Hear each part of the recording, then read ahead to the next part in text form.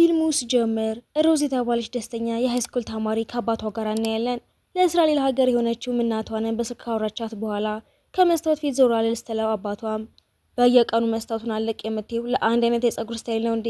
እየሳቀችም ልጅህ እኮ ነኝ እንደውም ቆንጆ ነገር ብለህ ነበር ቀኔን ማሳመር የነበረብህ ብለው ከተሳሳቀው በኋላ ወደ ትምህርት ቤቷ ትሄዳለች።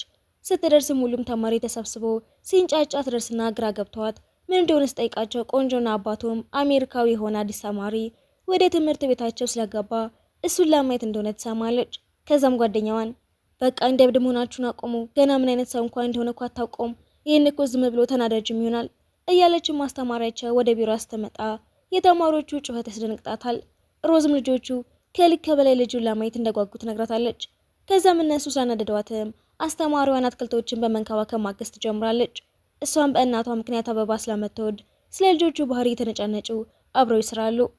በሌላ በኩል ደግሞ አዲሱ ጆርዲ የተባለው ተማሪ መጥቶ ኮምፒውተር ለመጠቀም አስተማሪውን ሲጠይቅ ሁሉም የተበላሹ እንደሆኑ ይነገረዋል። ሮዝም አንዱን አትክልት ይዛ ስትወጣ ሳታስበው ከጆርዲ ጋር ይጋጫሉ። የያዘችው አትክልትም ሲደፋበት በሽታው ተናዶ ምንድነው ያይሻት ዲጅም እንዴ ልብሴን እኮ አበላሸሽው ብሎ ይጮህባታል። እና ቢደፋብህስ አለም እኮ አልቆመችም አታካብደው እንጂ ድራማ አትፍጠር ስትለው እንደተናደደ ይሄዳል። በተቃራኒው ግን የትምህርት ቤቱ ሴቶች ደግሞ በፍቅር ከኋላው ይከተሉታል። ከዛም እሱ ኢንተርኔት ቤት ቁጭ ብሎ ሌሎች ልጆች ደግሞ ከኋላው ምን ተቀብተ ነው እንደዚህ የምትሸተው ሲሉት ለመናደድም ሆነ ድራማ ለመፍጠር ምክንያት እንዳለው አስበው በድጋሚ ሲያገኛት ይጮህባታል። እሷ ግን መልሳ አውቄን ያደረግኩት አንተም እኮ መጥተው ተቀይተኛል እያያት ሄድም ነበር እንዴ ብላ መልሳ ትጮህበታለች። ከዛ ግን እሱ የራሱ በቂ ችግር እንዳለበት እናያለን። እናቱ ለመኖር በግድ ወደ አሜሪካ ተወስደውና ከዛ ደግሞ ህይወት ሲከብዳት ነበር ተመልሳ ወደ ሀገራቸው የመጡት።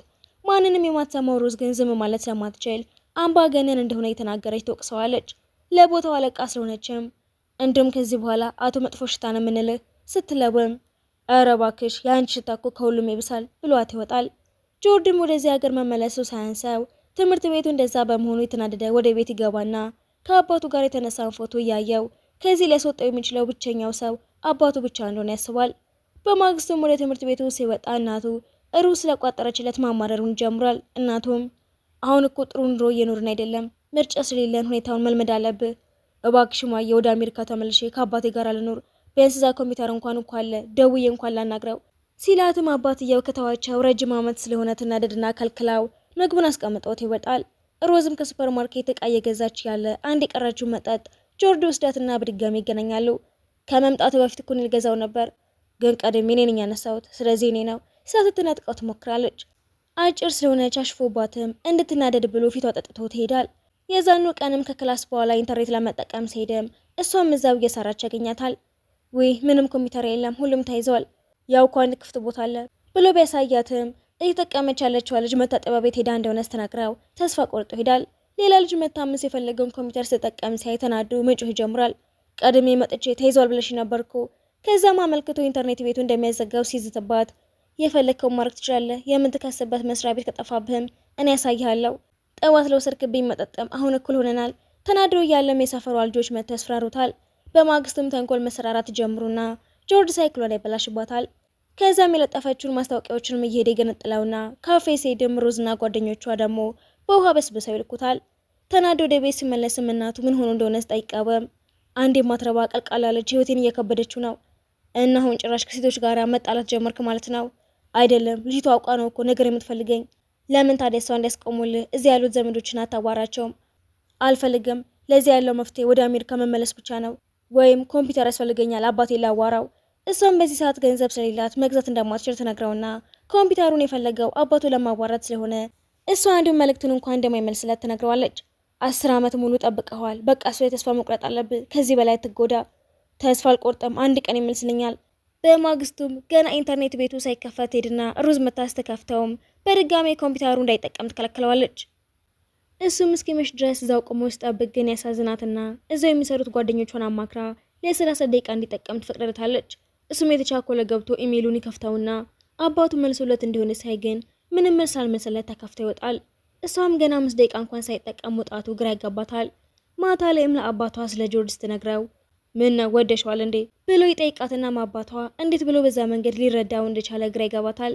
ብዛት ፍቅር የሚመጣው እንዲህ እንግዳ በሆኑ ነገሮች እንደሆነ ይነግራትና በቁም ነገር እየመከራትም ኮምፒውተሩ ለምን እንደፈለገው እንድታጣራ ይነግራታል። እና ደግሞ ደጎነሽ አዋሪው በውስጡ ምን አይነት ህመም እንዳለ እንኳን አታውቂም። እሷም አባቷ ያላትን ለማድረግ ብትስማማም አፍንጫዋ ግን መድማት ጀምሯል። በማግስቱም ትምህርት ቤት ስትሄድም ተሻሽላ ራሷ ጆርድን ማዋራት ትጀምራለች። ቤርሴቱ ውስጥም ዘፈኑን ሰምታ አብሮ መዝፈን ጀምሩና ቅውጥ ያደርጉታል። ከዛም እያወሩ መሳሳቅ ጀምሩ። ይጠረጥራትና እየሳቀ ለምንድነው ግን ድንገት ጥሩ ይሆንሽው ይላትና ቀለል አርጋ ሳይ ብቸኛ ስለሆንክ ለምን አብሬው አልሆንም ብዬ ነው ትለውና እስካሁን ላስቸገራቸውም ይቅርታ ጠይቃው በፈለገው ሰዓትም ኢንተርኔት ቤቱን መጠቀም እንደሚችል ትነግረዋለች። በድጋሚ ግራ ገብቶትም ለምንድነው እንደዚህ ተቀየርሽው? የኔም እናት ውጭ ሀገር ነው የምትኖረው፣ ስለዚህ የሆነ ሰው ስትናፍቅ እንዴት እንደሆነ እረዳሃለሁ ስትለው ስለ አባቱና ስላልተመለሰው ኢሜሉ እንደምታውቅ ይረዳል። አብሮ እየሄዱም ለምን አባቱ እንዲየፈለገው እንዳለ ሲነግራትም እየቀለደችበት ምናልባት ወደ አሜሪካ እንዲመልስ ነዋ። ብዙ ሰዎችም ከማማረር ይድኑ ነበር። ከዚያም በድጋሚ ኢሜሉን ቼክ አድርገው ምንም እንዳልተመለሰለት ያያሉ። ሮዝም ምናልባት ኢሜሉ የሱ ላይሆን ይችላል፣ ተሳስተህም ይሆናል። አይ የሱ ነው፣ ከ2 ዓመት በፊት አንዱን ኢሜል መልሱልኝ ነበር። ከዚያ በኋላ ያሉትን ለመመለስ ደክሞት ይሆናል በቃ። እሱም እንደከፋውና አባቱ እንደናፈቀ ያምናል። ተስፋ አልቆርጥም፣ አንድ ቀን አገኘው ይሆናል። አንድ ላይ የተዝናኑም ሀሳብ ታመጣና ለምን የአባትህን መልስ ከምንጠብቅ ራሱን አታገኘውም ትልና ሁሉንም እቅድ ማውጣት ትጀምራለች። እሷን በደንብ ሰርታ ብር ካጠራቀመች በኋላ ለ18ኛ ዓመት ልደቷ ቆንጆ ቀሚስ ገዝታ ከቆንጆ ልጅ ጋር መደነስ ህልሟ እንደሆነ ትነግረዋለች። አሁን እየሰራች የምታጠራቀመውም ለምታዘጋጀው ፓርቲ እንደሆነም ትነግረዋለች። ከዛም አባቱን የሚያገኙበትን መንገድ ትነግረውና ምንም ስላላመነበት ዝም ብለህ መነኝ በፕላን አስረዳሃለሁ ትለውና እየጻፈች ማስረዳት ትጀምራለች። የመጀመሪያው ፕላን የትምህርት ቤቱ ፕሬዝዳንትነትን ተወዳድረህ ማሸነፍ አለብህ። እሱን ማሸነፍ አልችልም፣ ታዋቂ ራሱ አይደለሁም ስላትም እሱን ታዋቂ ማድረግ ለእሷ ቀላል እንደሆነ ትነግረዋለች። ወደ ትምህርት ቤታቸው ተመልሰውም ብቻውን ከመሆን ይልቅ ከሌሎች ተማሪዎች ጋር መቀራረብ እንዲጀምር ታግዘዋለች። ከዛም ከጓደኞቿ ጋር ሆና ምርጫውን እሱ እንዲያሸንፍ መደገፍ ጀምራሉ። ከቆይታ ብዛትም ለእሱ ስኬት ብላ ጠንክራ መስራቷንና መታገሏን እያየ እሷን ማድረቅ ይጀምራል። ከዛም በግልጽ በህይወቴ ውስጥ አንቺ ሁሌም ታስፈልጊኛለሽ። ከዛም አብሮ ፎቶ እንዲነሱ ይጠሩና እሷም ከዛ አስቸጋሪ ባህሪ በኋላ ቀስ በቀስ እሱን መውደድ እንደጀመረች ትረዳለች።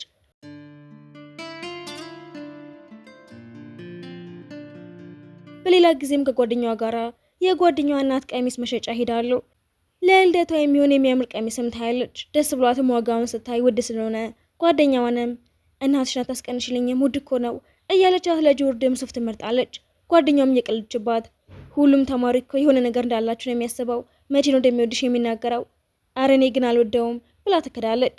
እኔ ምርጫው እንዳያሸንፍ ብቻ ነው እያገዝኩት ያለሁት እኮ ብትላትም ጓደኛዋ ግን ስላጋባት ትስቅባታለች።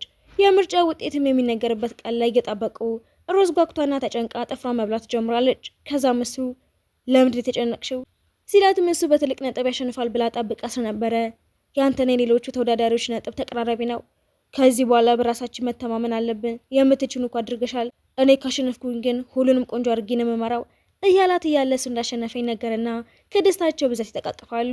ከዛ እየተመለሱም ጆርድ ምርጫውን በማሸነፉ እንዲደስታለሁ ብሎ እንዳልጠበቀ ይነግራታል። ጥሩ ዜናም ለአባቴ ኢሜል አረግለታለሁ፣ ዛሬ እኮ ኢንተርኔት ቤቱ ተዘግቷል፣ ነገ ግን ለአንተ ስል በጠዋት መጥቼ ከፍተዋለሁ ብላ ቃል ትገባልታለች። እሱም ደስ ብሎት ሮዝን አቅፎ ሲያሽከረክራት በድንገት ግን ስላዞራት ቆይ ራሴን አዙረኝ በማለት ትርቃለች። ከዛ ግን ምንም እንዳልሆነች አረጋግጣለት ስለ ቀጣዩ እቅዳቸው ማውራት ጀምራሉ። እሷም በቃ አሁን ታዋቂ መሆን አለብህ፣ በቲቪ በሚተላለፍ የችሎታ ማሳያ ውድድር ላይ ተሳተፍ፣ በእርግጠኝነት ታሸንፋለህ። ለመሆኑ አባት ለውጫቸው የሚሆን ገንዘብ ይልካል? አባቴ ገንዘብ ይልክል እንደሆነ እናቴን ጠይቄያት አላውቅም ብሎ እውነቱን ይናገራል። እንዴት አባት ገንዘብ እንደሚልክ አታውቅም? እሱ እኮ ለደብዳቤ እንኳን መልስ አይሰጠም በተለውም እሱ ግን ለምን እንደምወደው አላውቅም፣ ግን እሱ ለእኔ ምሳሌና ጀግናዬ ነው ብሎ ለአባቱ ያለውን ፍቅር ይነግራታል። ትንሽ ጾታም ይሰጣታል። ሁሉ ጊዜ ጸጉሯ ላይ የምታስረውን ጨርቅ የምትቀይርበትን የጸጉር ማሳዣም ይገዛላታል። ሮዝም ጾታውን ቤቷ ሆና ታረገዋለች። ቀናቶች ያለፉ በሄዱም ከአባቱ መልስ ባለመምጣቱ ቢያዝንም ሮዝም ምናልባት ስራ በዝቶበት ይሆናል ወይ ደግሞ የኢሜል ፓስወርዱ ጠፍቶበትም ይሆናል ብላ ተጻናዋለች። በዚህ መሀልም የክፍል ጓደኞቻቸው እናንተ እኮ ፍቅረኛሞች መስላችኋል፣ ጊዜያችን ሁሉ አብራችሁን የምታሳልፉት እያለሽባችኋል። እሷም ተው እንደ ህፃናት ተሆኑ ታዋቂ እንዲሆን መርዳት አለብን ብላ ታስቆማቸዋለች። አንደኛው ልጅ ግን በቀልድ በጥርሱ ኮኮናት በመላጥ የችሎታ ውድድር ላይ መሳተፍ አለበት ብሎ ይቀልዳል። የውጭ ሀገር ሰውን በአቅራቢያቸው መጥተውም ሮዝ መጀመሪያ ምናልባት የጆርድ አባት ይሆናል ብላ ብታስብም ሰውየው ግን ጎረቤታቸውን ፍለጋ የመጣ መሆኑን ይረዳሉ። ይህ ሰውዬም በኢንተርኔት ለአመታት ሲያወራት የነበረውን ፍቅረኛውን በድንገት ለማስደሰት ከሩቅ አገር ነበር የመጣው።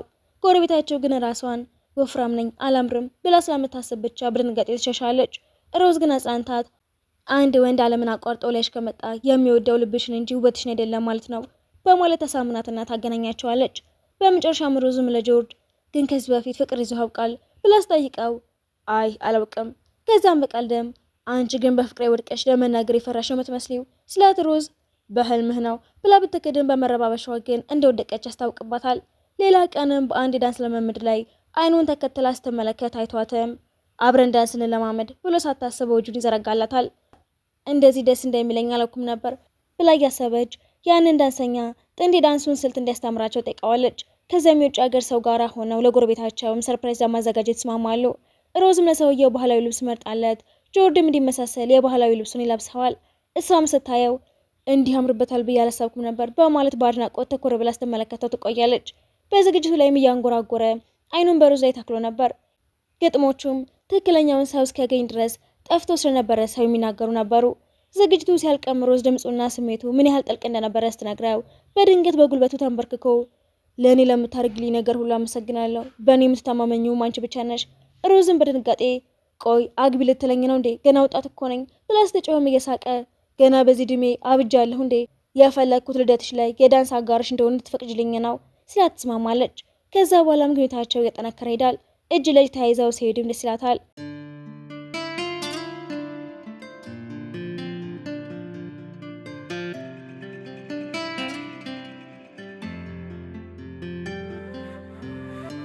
አባቷም ጆርድን እንደወደደችው ይገባዋል።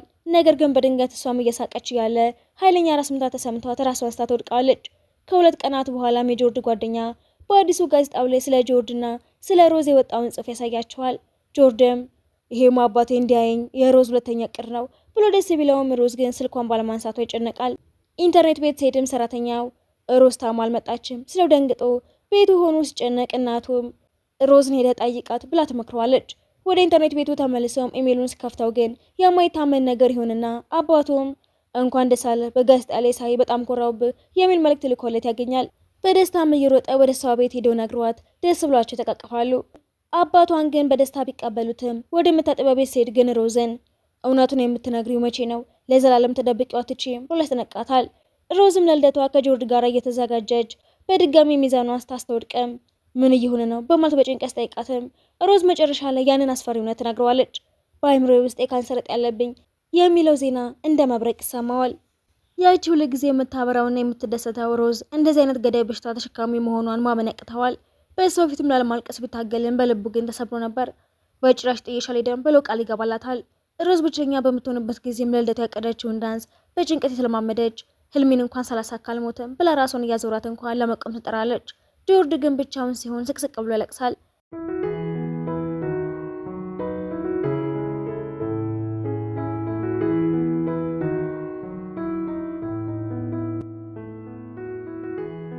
እሷም የኬሞቴራፒ ህክምናዋን ለመጀመር ከትምህርት ቤት ፍቃድ ለመውሰድ በሄደችበትም ለታዳጊዎች የሚሆን የተዋናይነት ውድድር እንዳለ ትሰማለች። እሷም ወዲያውኑ ለጆርጅ በዚህ ውድድር ላይ መሳተፍ አለብህ ብላ ብትለምነውም እሱ ግን የውድድሩ ቀን ከህክምናሽ ቀን ጋር ይጋጫል፣ እኔ ካንቺ ጎን መሆን ነው የምፈልገው ብሎም ቢብላትም በብዙ ጥረት ግን ታሳምነዋለች። የፊቱን ስሜት ደስታውንና እሷን ሲያይ የሚሰማውን የልብ ስብራት በቪዲዮ ትቀርጸዋለች። በውበት ሳሎን ውስጥም ለውድድሩ ዝግጅት ሲያደርጉ በኬሞቴራፒው ምክንያት ጸጉሯ መርገፉ ስለማይቀር ራሴን ብላጩኝስ ጆርጅ እና በዙሪያው ያሉት ሁሉ በድንጋጤ ሲመለከተዋት እሷ ግን ጸጉሬ በራሱ ጊዜ ረግፎ ከሚያሳፍረኝ እኔው ራሴ ባስወግደው ይሻለኛል። ጸጉሯ ሲላጭ ያጌች ብታዝነም ለእሱ ስትል ግን ጥንካሬዋን ታሳያለች። እሱ አሁንም ውድድሩን ትቼ ከአንቺ ጋር ሆስፒታል ቆያለሁ ቢልም እሷ ግን ለእኔ ስትል ወደፊት ህይወትን አታበላሸው ብላ ተከላክለዋለች። በመጨረሻም ሮዝ በለቅሶ እጢው ያለበት ቦታ አደገኛ ስለሆነ በሽታው ሊያሸንፈኝ እንደሚችል አውቃለሁ ብላ ስትናዘዝ ጆርጅን በንዴት አትሞቺም፣ ህልምሽን ሁሉ ታሳኪያለሽ በማለት ተስፋ ሊሰጣት ይሞክራል።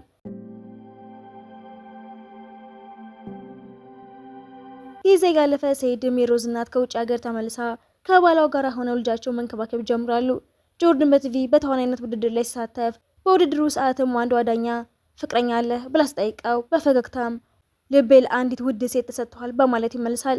ዳኛዋም እውነትም ትወደታለህ ካለችው በኋላም ለመሆኑ ታዋቂ መሆን ለምን ፈለግ ብላ ስጠይቀውም የመለሰው መልስ ሁሉንም ያስገርማል። መድረክ ላይ ቆሞም ይሄን ሁሉ ድፍረት ሰጠችኝና እዚህ እንድቆም ያደረገችኝ እሷ ናት። አሁንም ትልቁ ህልሜ እሷ ማስደሰት ብቻ ነው። እሷም ይህንን በቲቪ ስትመለከት በደስታ እንባዋ ይፈሳል። እንኳን ደስ አለህ ብላ መልዕክት ስትልክለትም ወዲያውኑ ደውሎላት ሮዝ ምንም እንኳን በሕክምናው ብትደክምም ድምጿን አጠንክራ አይዞህ በሽታውን እያሸነፍኩት ነው ብላ ተጽናናዋለች። ልደቷን ሆስፒታል ውስጥ ብላ ማክበር መወሰኗን ትነግረዋለች። ምክንያቱም የልደቷ ቀንና የመጨረሻው የኬሞቴራፒ ሕክምናዋ ቀን አንድ ላይ ስለዋሉ ነበር። በዚህ መሃል እሱ ከአባቱ ጋር ያለው ግንኙነት በመሻሻሉ በቅርቡ ወደ አሜሪካ አብሮት ሊሄድ መሆኑን ሮዝ ትረዳለች።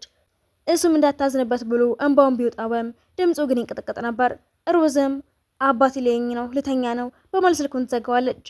በመጨረሻም የተጠበቀው የልደት ቀኗ ደርሶ የሆስፒታሉ ሰራተኞች ሁሉ እያከበሩላት የእሱ እናት መታ ሮዝን ወደ ውበት ሳሎን ትወስዳታለች። ጓደኞቿ ሁሉ ጊዜ ስተመኘው የነበረውን አይነት ልብስ አዘጋጅተውላት ሜካፕ ይደረግላትና ሂዩማን ሄርም ተደርጎላት ሮዝ ግን በራሴ ማንነት የበለጠ አምራለሁ ብላ ጸጉሩን ታውልቀዋለች። ወደ ዝግጅቱ ቦታ ስተገባም ጆርጅ ለእሱ ያለውን ፍቅር ለማሳየት ሲል ጸጉሩ ሙሉ በሙሉ ተላጭቶት ነበር። ምን ያህል እንደሚወዳት በድጋሚም ትረዳለች። ከዛም ለረጅም ጊዜ ስለማመዱት የነበረውን ዳንስ በሁሉም ፊት የደነሱት ጆርጅም ህይወቴን ስለቀየርሽልኝ አመሰግናለሁ፣ ከአንቺ ውጭ ይሄ ሁሉ አይሆንም ነበር፣ እወድሻለሁ በማለት ፍቅሩን ይነግራታል። ጊዜያቶች አልፈውም እሱ ከአባቱ ጋር ወደ አሜሪካ የሚሄድበት ቀን ይደርስና ሮዝም አየር ማረፊያ ድረስ አብረው ሄዳ ትሸኘዋለች። ጸጉሯን ማደግ ጀምሮ ነበር። ሲለያት እያለቀሰ ሲቸገርም ሮዝ ግን አይዞ ሁሉም ነገር ደህና ይሆናል፣ ራስን ጠብቅ ብላ ታበረታተዋለች። እሱም ፊቱን አዝሮ ትንሽ ከሄደ በኋላ ለመጨረሻ ጊዜ ፊቱን አዝሮ ሲመለከት ግን ሮዝ የለችም ነበር። ቀደም ብላ ህይወቱ አልፎ ነበር። ጆርጅ አየር ማረፊያ ውስጥም ሲያትና ሲያወራት የነበረው በሀሳቡ ብቻ ነበር። እሱ ልብ ውስጥ ግን ሮዝ ሁልጊዜም በህይወት አለች። ህይወቷ ቢያልፍም ጆርጅን ለስኬት አብቅታው አልፋለች። እሱም እሷን መቼም ሊረሳት እንደማይችል እያሳየን ፊልሙ ይጠናቀቃል።